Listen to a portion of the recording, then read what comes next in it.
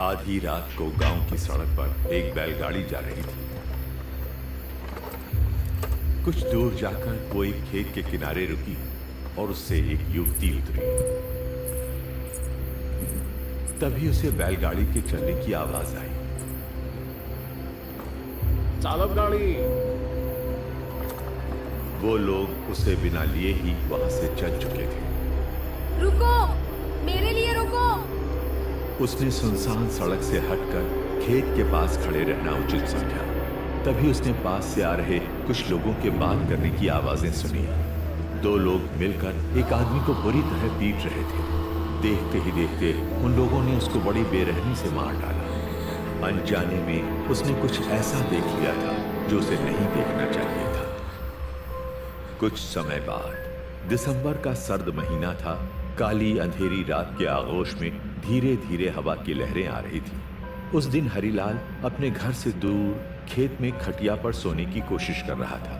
न जाने क्यों इस साल भी फसल यूं ही बर्बाद हो गई। इतना जतन किया, फिर भी बिना किसी वजह फसल खराब हो गई। अगर यूं ही चलता रहा तो मैं बर्बाद हो जाऊंगा। अचानक खेत में बंधे हुए बैल जोर जोर से पैर पटक कर रंभाने लगे। अरे, इन्हें क्या हुआ? अरे, इन्हें कहीं सर्दी तो नहीं लग रही? जरा अलाव जला देता हूं। और जैसे ही वो वापस मुड़े, अलाव के उजाले में उनकी नजर खाट पर पड़ी। उनके होश फाख्ता हो गए। एक युवती उनकी खाट पर बैठी बुरी तरह हाँफ रही थी। कौन हो तुम? खून। वहां मैंने एक आदमी का खून होते हुए देखा। मैं पेड़ के पीछे छुप के देखती रही और तभी उन्होंने उस आदमी पे चाकू से कई वार किए और मार डाला। आपके खेत से कुछ दूरी पे जो इमली का पेड़ है, उसके नीचे उस लाश को गाड़ दिया। हरिलाल ये सुन के हक्का बक्का रह गया, पर उसने उस युवती को आश्वस्त किया। आप डरिए नहीं, यहाँ आपको कोई खतरा नहीं है। आपका नाम क्या है और किस गांव की रहने वाली हैं? मेरा नाम ज्योति है। मैं पास के वर्धा गांव की रहने वाली हूँ। वहाँ के जमींदार किशन चंद की पत्नी हूँ। मैं पास के गांव की एक शादी में आई थी। रास्ते में गाड़ी रुकवा के मैं लघु शंका को गई, पर वापस आके देखा कि वो मुझे छोड़ के ही चले गए हैं। पर वो लोग कौन थे? 3 लोग थे, जिसमें से एक लंगड़ा बैसाखी लेके चल रहा था। दूसरे को वो कल्लू बुला रहे थे और जिसका खून हुआ उसको विनोद बोल रहे थे। अरे, वो तो बड़े खतरनाक लोग मालूम पड़ते हैं। कल सुबह मैं आपके साथ पुलिस स्टेशन चलूंगा। आप तब तक उस कुटिया में निश्चिंत होकर सो जाइए। मैं यहीं घाट पे से खेत की निगरानी करूंगा। बहुत रात हो गई थी। हरिलाल के आश्वासन को मानते हुए वो युवती उस कुटिया में सोने चली गई। हरिलाल की भी जल्द ही आंख लग गई। सूरज सर पर चढ़ाया था। हरिलाल आंख मलते हुए उठा और कुटिया की ओर निकल पड़ा। बड़ी देर तक सोता रह गया। पर अंदर कोई नहीं था।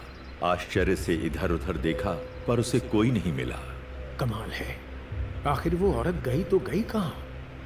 उसने बताया था कि कल कुछ लोगों ने एक आदमी को मारकर वहीं इमली के पेड़ के नीचे दफना दिया था। मुझे पुलिस में खबर करनी चाहिए।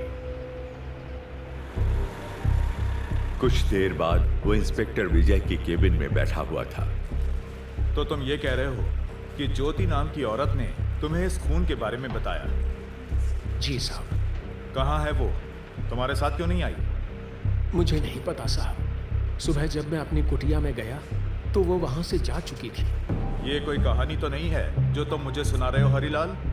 हमारा वक्त बर्बाद किया तो परिणाम अच्छा नहीं होगा। हुजूर, मैं ठहरा गरीब सीधा साधा किसान, भला मैं ऐसी जुर्रत क्यों करूंगा? उस औरत ने बताया था कि मेरे खेत से कुछ दूर जो इमली का पेड़ है, वहीं लाश को दफनाया गया है। यही बताने में चला आया। अगर तुम्हारी बात सच है तो तुम बच जाओगे, वरना मैं तुम्हें जेल में डाल दूंगा। साठे, जहां ये बोल रहा है वहां जरा आदमी भेज के खुदाई शुरू करो। जी साहब। हरिलाल की बताई हुई जगह पर साठे और अन्य पुलिसकर्मियों ने खुदाई का काम चालू करवाया। पता नहीं कहां से ये हरिलाल सुबह सुबह आ धमका। मुझे तो लगता है ये सब इसकी मनगढ़ंत कहानी है। काफी वक्त बीत जाने के बाद भी कुछ हाथ नहीं लगा। मेरा शक सही निकला। ये हरिलाल बस पट्टी पढ़ा रहा था, कोई खून नहीं हुआ है। तभी एक मजदूर चिल्लाया। साहब, ये देखिए, खुदाई में जो निकला था उसे देख के सभी अचंभित रह गए। गड्ढे में एक मानव कंकाल पड़ा हुआ था।